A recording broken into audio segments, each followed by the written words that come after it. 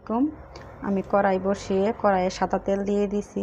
আজকে আমি পাবদা মাছের করলার ঝাল করব। আমি দিয়ে দিব পেঁয়াজ কুচি দিয়ে এখন একটু লেগে দিব।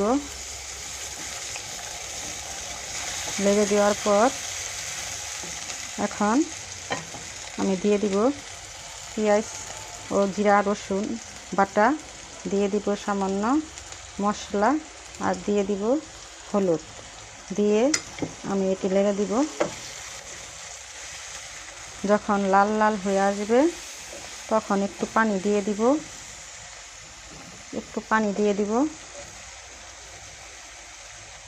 পানি দেওয়ার পর মশলাটা ভালোভাবে আমি কষিয়ে নিব। কষিয়ে নেওয়ার পর আমি এখন দিয়ে দিব লবণ দিয়ে দেওয়ার পর এখন আমি দিয়ে দিব পাবদা মাছ দিয়ে দেওয়ার পর আমি একটু নেড়ে এখন আমি একটু কষিয়ে নিব। পানি দিয়ে কষিয়ে নেওয়ার পর এখন কষিয়ে নিলাম। কষিয়ে নেওয়ার পর ঢাকনা দিয়ে একটু ঢেকে রেখে দিব। পাবদা মাছ কষিয়ে নিয়েছি।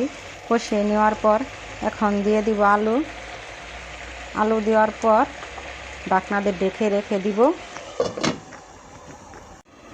এখন আমি দিয়ে দিব করলা, কেটে রাখা করলা উপরে ছিটিয়ে দিয়ে দিব। দিয়ে দেওয়ার পর সামান্য একটু ঝোল দিয়ে দিব। ঝোল দিয়ে ঢাকনা দিয়ে ঢেকে রেখে দিব। হয়ে যাবে আমার পাবদা মাছের ঝাল। ভালো লাগলে লাইক সাবস্ক্রাইব কমেন্ট শেয়ার করে দেবেন।